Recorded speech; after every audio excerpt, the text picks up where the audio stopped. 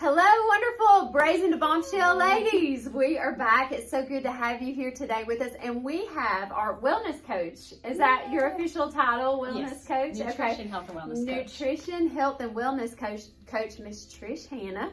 And she's going to share with us. She has a lot of great things that, just a great story in general. So, Trish, where are you from originally? I'm originally from Canada. I moved here when I was 28, which was 12 years ago. So it's been a little while now. I'm getting accustomed to the southern way of doing things. Yes. And you're becoming a citizen as well. And the contrary to popular belief, it's not just like an easy process. It's a big deal. Yes. A lot of people think as soon as I got married that, I was just automatically a citizen, and it's not. It's a very extensive process. There's a lot of legal stuff that you have to do. There's medical testing to make sure that genetically I didn't have any issues, tuberculosis or anything like that to bring into the country. Well, so thank God, no TB. Yeah. We're thankful. There's a lot that goes into it. So it was about a 2-year process for me. And it's expensive. It's very expensive. Wow. I think it was just about $10,000. Wow. Yes, that really blew my mind. The first green card. So my green card is valid for 10 years, and then every 10 years I have to renew it.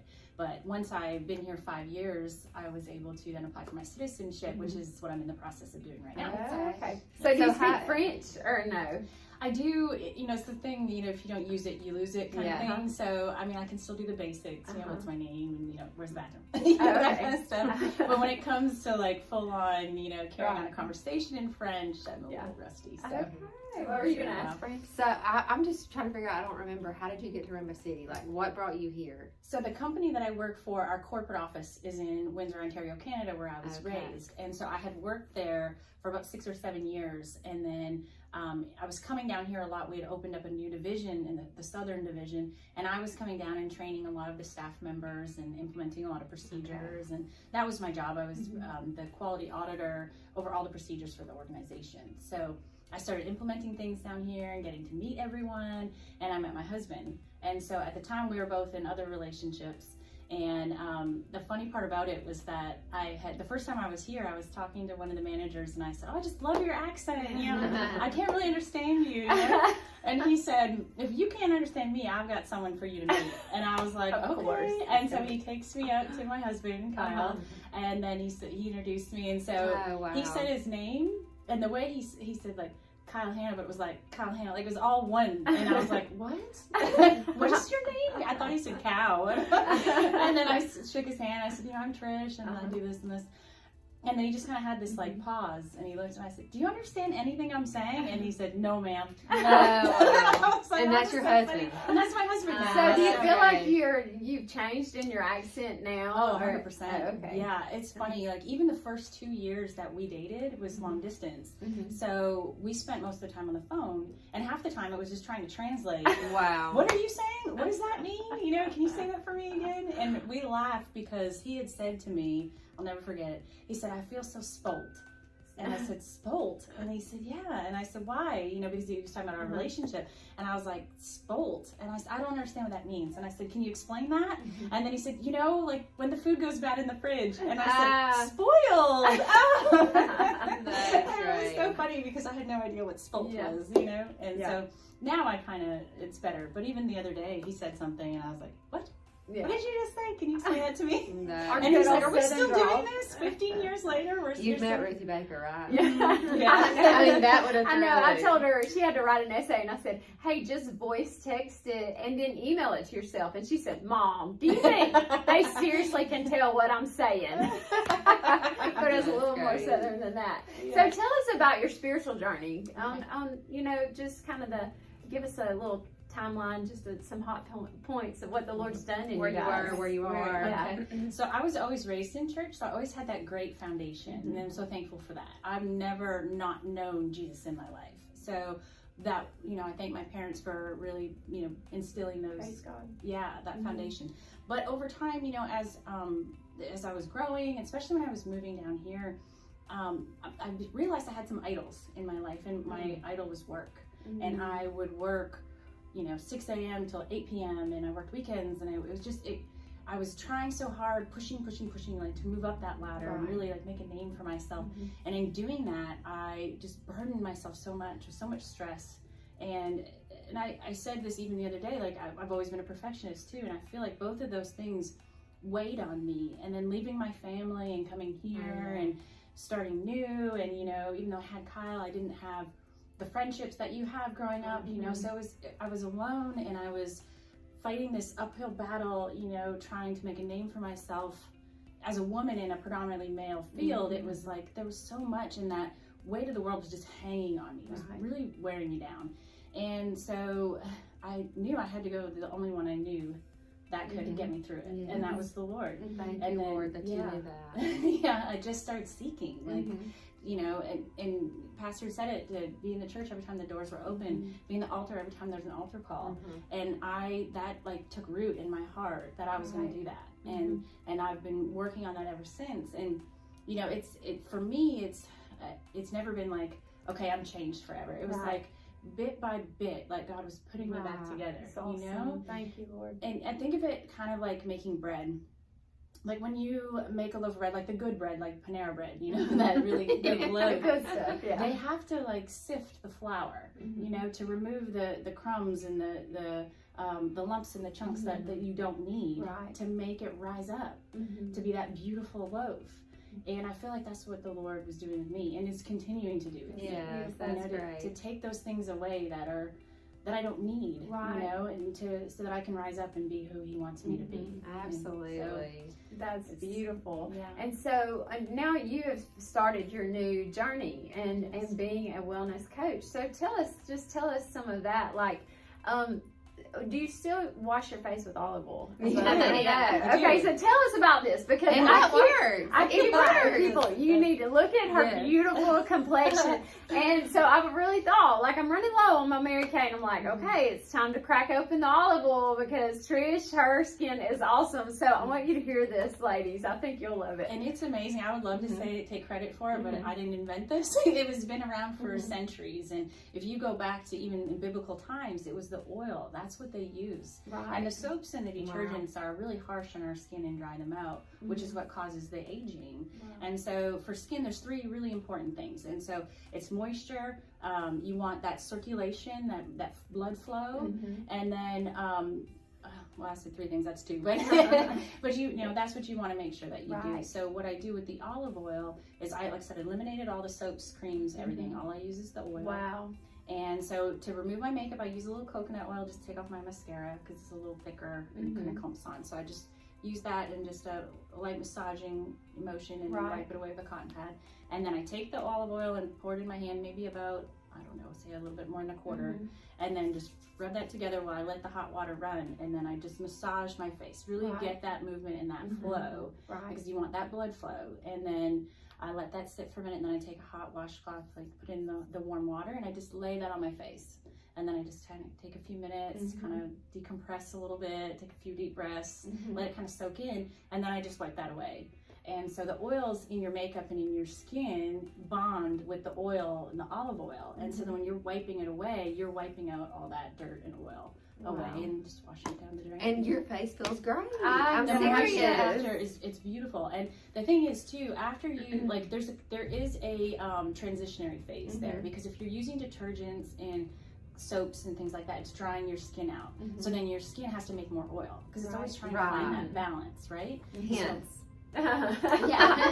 So once you switch over to the oil cleansing method, your body will naturally produce less oil. So there is a transitionary period for 2 to 3 weeks while you switch over. For me, I had combination skin beforehand, so my transition was pretty smooth, because I was kind of oily and sometimes dry at the same time. So it really just kind of balanced it. Fran and I are super oily. So if you ever see us shiny, that's not the anointing, but you can tell yourself. No, I say it's the anointing. It is the anointing. Like Moses was shining. We got that shine, y'all. So, but if I get super shiny, or if I have a huge blemish, you'll know it's just the transition. Right.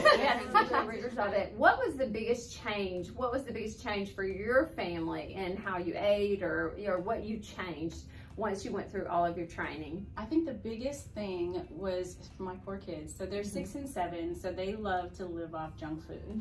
And so I've always, since even when they were babies, I made their own food. Like they've always ate healthy. Right. But so my biggest thing was before I let them have more snacks, because I always, they're kids, you know, but and things like that. And then they really, I mean, they're good. Like they love to eat whatever, so they're easy. But like I start making them smoothies and showing them, you know, it's funny with the oil cleansing, like I showed them how to do that and how they're gonna wash their faces. And we switched our toothpaste over to like a mineral based toothpaste. We don't use fluoride. So at first that was a big change for them, because it's like a powder, and they were like, Mom, I don't like this stuff. But you know, it made their teeth better, and then they didn't have any cavities. And so we've kind of slowly switched things over the more natural way in our whole family. And so the boys are used to it now, so they don't mind. That's great. Yeah, my husband get a little pushback from him, but It's hard to teach an old dog nutrients. An old dog nutrients kind of thing. And he's very southern, you know, so he likes the biscuits and the gravy and that southern food. So but he's coming around, because I don't even know how to cook southern food. So bless your heart. I mean, Americans are dying of diseases that around the world they really aren't having the issue from, and it's from our diet. Our diet is killing us. And there's even, you know, studies showing that the reason for all of the different mental illness and things going on is our fast food and the way we're eating. So moms, we need to wake up and see, you know, just women in general, you know, we don't want to be dying of heart disease or cancer or diabetes.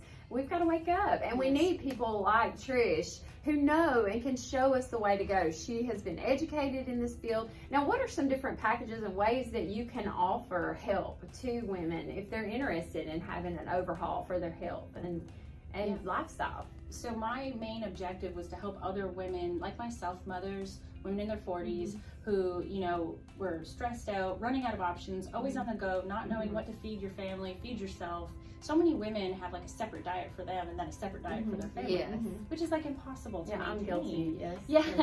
And well, you have special considerations because you're vegan, right? So you're eating probably a lot different than your family. So, and that's fine too, but there's a way that we can make still it be easier. Healthy. Yes. And that was my kind of tagline, is for it to be easy. So Lose Weight Easily is the name of my program in my Facebook group. And I try to always promote easy ways to implement all these things into our and there's great things. Michelle has been really bragging on. What's your favorite that you learned your from Trish? yogurt? Like I wanted it for lunch today. I brought everything to make my yogurt for lunch today, and then my mother brought food to work for us. So I didn't eat it. But your yogurt, what is it called? It's just a yogurt parfait. Parfait. That replaces McDonald's yogurt parfait that's healthy. Exactly. And it's wonderful, y'all. Yes. And what's your group again? Is it on Facebook? It is. It's a Facebook group, and it's called Lose Weight Easily. And so it's free to join. Everything's free. Right. I every Friday do a live video when possible, and try to do different things like that. So recipes I can make. I try to keep it 10 or 15 minutes tops, because I know everyone is busy, and so I try to make it really quick, really, you know, to the point. Here's a new recipe you can try. This week I'm talking about nutrition on the go, and just different things you can do on the go. Because I mean, I see it in my own life right now. My boys play football, so we are not home any night of the week. You know, we have church Wednesday and then church Sunday, and so Saturday we have our game. So like, there's really no day that we're home. So I need to find a way that I can still keep my priorities straight, you know, and still be able to feed my family that healthy, nutritious food on the go that's easy. And that's what moms need to know, how to feed their children healthy, because everybody is so busy. You've done all the work, y'all.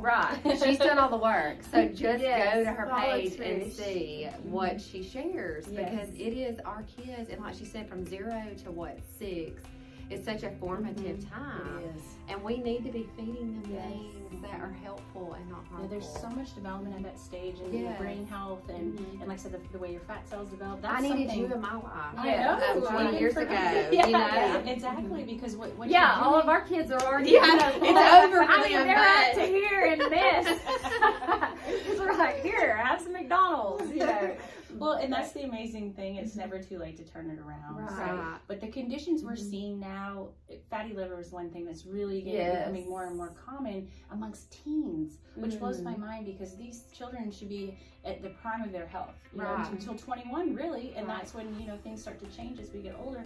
But, you know, they're getting this poor base of nutrition in the early years where it should be good, and then they, you know, as you get older, you have to work at it more. But right now, they should have that basis, and we're failing them. We're not teaching the kids what to eat and what not to eat. Right. And we've, you know, our food system's been hijacked by all these ultra processed foods and marketed to the children, which makes it even worse. And then you've got the poor mom who's just overwhelmed with all the information online and the commercials and what to even feed their kids, and then they have no time, and it's literally like the perfect storm of this, you know, bad things going into our families and our children. So my whole mission is to change that and show people you can take something like that McDonald's treat and make it healthy. And it's great. And it still tastes amazing. And you can retrain your kids' taste buds. And especially moms with young children, start now. It's so much. They won't know any difference. Right. And if you have little girls, one thing that has blown my mind, and I'm just praying for my little Landry Kate that's on the way, my grandbaby,